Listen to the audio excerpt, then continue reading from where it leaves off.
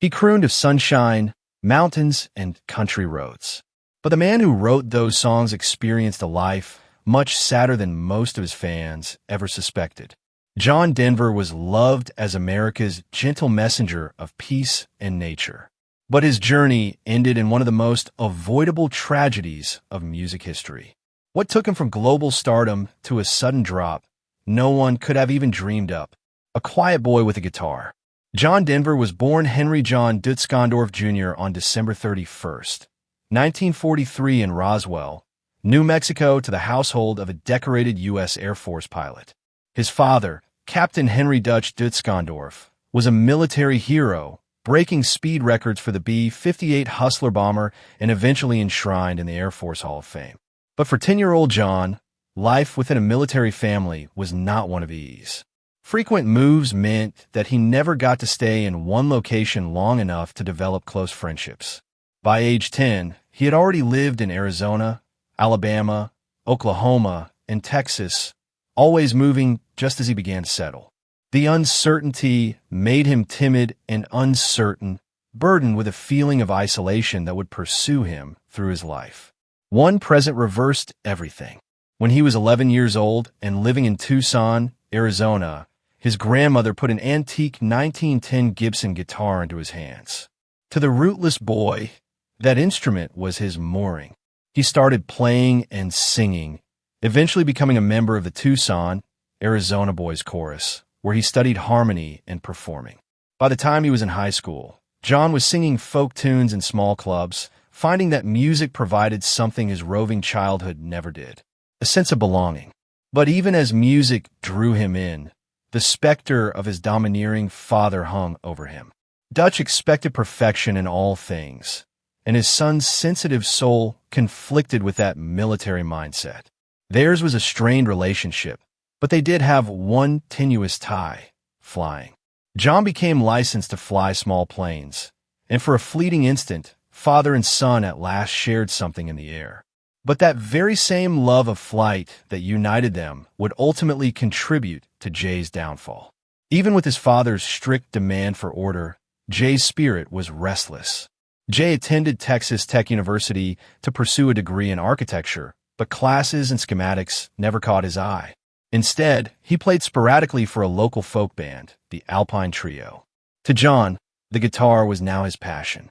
It was the one guide that directed him toward the person he was truly meant to be, pursuing dreams in California and the initial breakthrough. By the mid-1960s, John Denver had come to a crossroads. Texas Tech University's study towards architecture was slipping from his grasp as music took up more of his time. Performing with the Alpine Trio on successive nights confirmed to him that his future lay not behind a drafting table, but on stage. Restless and resolute, he decided to drop out of school and go to Los Angeles. That choice would alter his destiny. In Los Angeles, he was among thousands of aspiring musicians with a guitar and a hope. But unlike most, John had both determination and perseverance. He auditioned with over 200 others to replace Chad Mitchell in the Chad Mitchell Trio, a successful folk group of the time. In a long shot, he was selected. It was his initial breakthrough, allowing him to travel around the country and make 3 albums with the group. These were trial-by-fire years, pushing him to develop his voice and develop his stage presence. During this time, John started composing his own songs. One of them, which was composed while sitting in a Washington, D.C. airport during a solitary layover, would be the pivotal moment of his early career. The song was originally named Babe, I Hate to Go, but later renamed Leaving on a Jet Plane. Although his own renditions of it flew under the radar, destiny came calling when the famous folk group Peter, Paul, and Mary cut their version in 1967. By December 1969, their recording had shot to number 1 on the Billboard Hot 100, establishing John Denver as a credible artist. Overnight, the Air Force kid had established himself as a songwriter who could be heard by millions. Sometime during this period, he came to the conclusion that Dutzkondorf was not manageable for the music industry. On advice from insiders in the business and motivated by the mountains he adored, he named himself John Denver after Colorado's state capital. It was straightforward, friendly, and would go on to become iconic. At the close of the 1960s, Denver was no longer another aspirant strummer in Los Angeles. He had a hit single making the rounds of the world and a last name that suited his image of open horizons and untamed beauty. And more significantly, he had momentum. The next move would turn him into one of the best-loved solo acts of the 1970s. The path to stardom.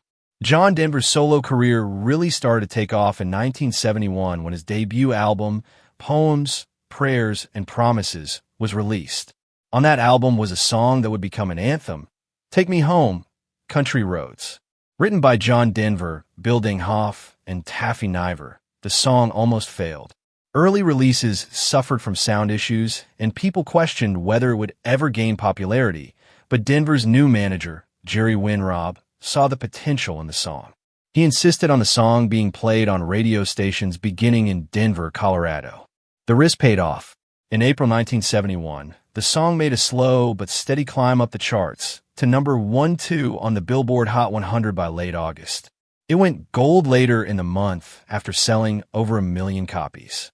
In time, its fame continued to grow, selling well over 1.5 million digital copies in the United States and being embraced as one of the official state songs of West Virginia. The plaintive chorus of Longing for Home struck a common chord, and Denver's soothing voice sang it into living rooms across the nation.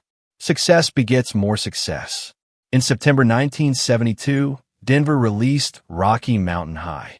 It was his 6th studio album and the first to reach the top 10 in the U.S., peaking at number 4 on the Billboard 200. The title track, inspired by his love for Colorado, resonated deeply with listeners who shared his reverence for nature. By 1973, the tune had reached the top 10 on the Hot 100, and decades later, it was designated one of Colorado's 2 official state songs. But the golden years were really 1974 and 1975. Within 18 months, Denver accomplished something almost unprecedented. For Billboard Hot 100 number 1 hits, Sunshine on My Shoulders hit number 1 in March of 1974. Annie's track penned in only 10 minutes as a love letter to his first wife, Annie Martell, in July. Next was Thank God I'm a Country Boy in May 1975, a celebration of basic country living, and I'm Sorry in September of that same year. These demonstrated the scope of his ability from sensitive ballads to celebratory anthems. Denver's albums also topped the charts during this period. His 1973 Greatest Hits album became RCA's all-time bestseller, even edging out Elvis Presley. Back Home Again in 1974 was triple platinum, and Win Dong in 1975 was double platinum. John Denver was ubiquitous by the mid-1970s on radio, TV, and in homes of millions. His smile, wire-rimmed glasses, and embroidered Western shirts were as familiar as his songs. Fame, Hollywood, and the cracks behind the image. John Denver was more than just a singer by the late 1970s. He was a household name. His music transcended generations, and RCA was happy to promote him as their golden boy. But Denver was not satisfied to stay in the music business alone. In 1977, he stepped into acting for the first time with Oh God, playing opposite comedy icon George Burns. Directed by Carl Reiner, the film narrated the life of a mundane grocery store manager selected by God to deliver a godly message. Denver had no experience in acting, but his own authenticity and natural charisma made the act credible. The film was an unexpected success, earning more than $51 million at the box office in the United States and receiving an Oscar nomination for its script. Although Denver never came back for the sequels, the part demonstrated that he could thrive without music. TV also helped him surge upward. His 1975 special, An Evening with John Denver, earned a Primetime Emmy Award. And during the 1970s and 1980s, he hosted several specials that introduced his songs and tales into living rooms across the globe. People responded to his warmth and genuineness. International fans accepted him as well, particularly in the UK and throughout Europe. Through well-planned TV specials orchestrated by his manager, Jerry Winrob, Denver's popularity became so immense that his face, long blonde locks, soft smile, and Anna Zapp-designed embroidered Western shirts became ubiquitous, representing sincerity and passion for the natural world. But in the glaze of the carefully constructed image, fissures were starting to appear. His union with Annie Martel, initially the